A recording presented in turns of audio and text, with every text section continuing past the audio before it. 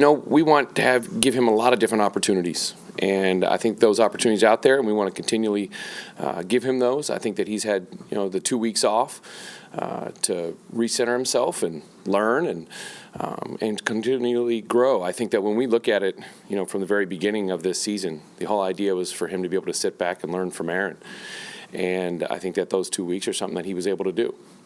He's been great. The guy's been battle tested. He really has, from being out on the field to all the things he's had to deal with. And I respect him so much for being able to keep his head down, continually learn, continually grow, and he's fired up. There's always guys you want to try to get the ball, and you design everything for that. And as long as everybody's communicating, talking about, everybody understanding the intention, not just a quarterback like we talked a second ago. It's everybody understanding that and giving more of those.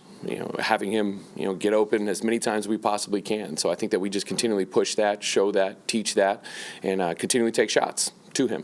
This is the best profession in the world, but it's not the best business.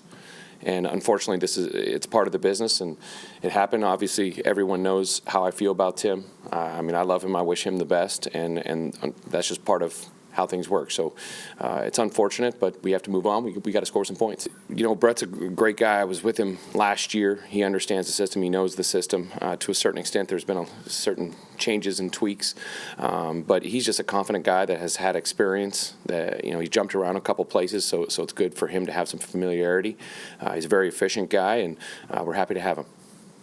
I think there was some good start to it in this past game. I think we really committed to it. We were able to get some shots down the field off of it, and in the end, it's about those banked reps. We're a young team. There's a couple young guys on the offensive line, new guys here and there.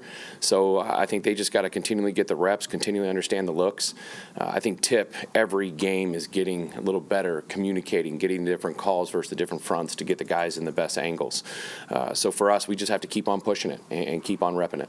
So Houston, they're a lot like our defense, and so they'll have the wide nines, and they are very, very much a penetrating front. So for us, we're going to have to understand that, and we're going to have to take the fight to them, because they are unbelievably talented, especially on those two edge rushers, and Rankins, who was here in the past. All those guys, they do a great job really trying to control the line of scrimmage. So for us in the run game and in the pass game, it's going to be a great challenge for the offensive line up front. You want to say yes, but it's like when you look in the past, I've said they know that we know that I know that they know, and so everybody kind of swaps the stories of what to do. So you have to go what you think, in your gut, what you think is going to be able to help you the most, and hope the guys can react and make those plays when those opportunities are there. With adversity brings growth. Very, very smart man, always taught me that. So I think that as a coach, you always embrace the challenge. You always embrace the challenge of having people in and out of the lineup. You get so excited for people to have their opportunity to see where they're going to go. And when there are guys that get into the lineup and play for a while, you love watching them grow as a player. So we are trying some things here and there, but there are some things that we have committed to, and it's great to see some of those guys communicate and get a feel for it. So every single game, these young guys are going to get better, and I think that's so important for us.